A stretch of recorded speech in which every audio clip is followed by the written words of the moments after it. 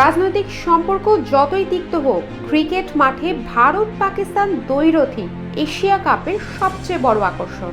আজ আরব আমিরাতের রাজধানী আবু ধাবির শেখ জায়েদ ক্রিকেট স্টেডিয়ামে রাত 8:30টায় মুখোমুখি হচ্ছে দুই চির প্রতিদ্বন্দ্বী। এটি শুধু একটি ক্রিকেট ম্যাচই নয়, তার চেয়েও বেশি কিছু। এই লড়াইয়ের সঙ্গে জড়িয়ে আছে দীর্ঘ ইতিহাস, রাজনৈতিক উত্তেজনা ও অতীতের সংঘাতের আবহ। গত মে মাসের সামরিক সংঘাতের পর এটি দুই দেশের প্রথম মুখোমুখি লড়াই, তাই ম্যাচে বাড়তি ঝাঁজ থাকার আভাস মিলেছে। তার উপর দুই দলই নামছে নতুন প্রজন্মের খেলোয়াড়দের নিয়ে। বিদায় নিয়েছেন রোহিত শর্মা ও বিরাট কোহলি। পাকিস্তান দলে জায়গা হয়নি অভিজ্ঞ বাবর আজম ও মোহাম্মদ রিজওয়ানেরও। টি-20 বিশ্বকাপ জয়ী ভারত এবার খেলছে অভিজ্ঞতা ও আগ্রাসনের দুর্দান্ত সমন্বয়।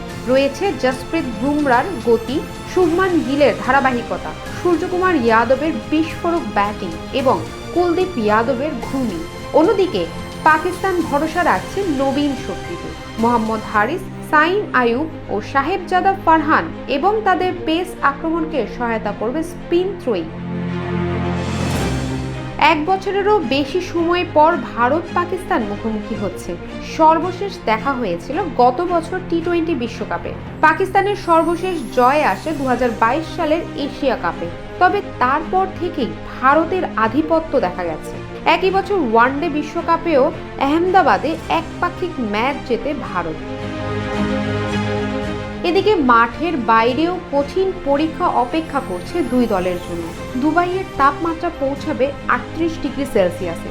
উভয় দলের খেলোয়াড়দের জন্য চ্যালেঞ্জ হয়ে দাঁড়াবে দুবাইয়ের এই গরম আবহাওয়া।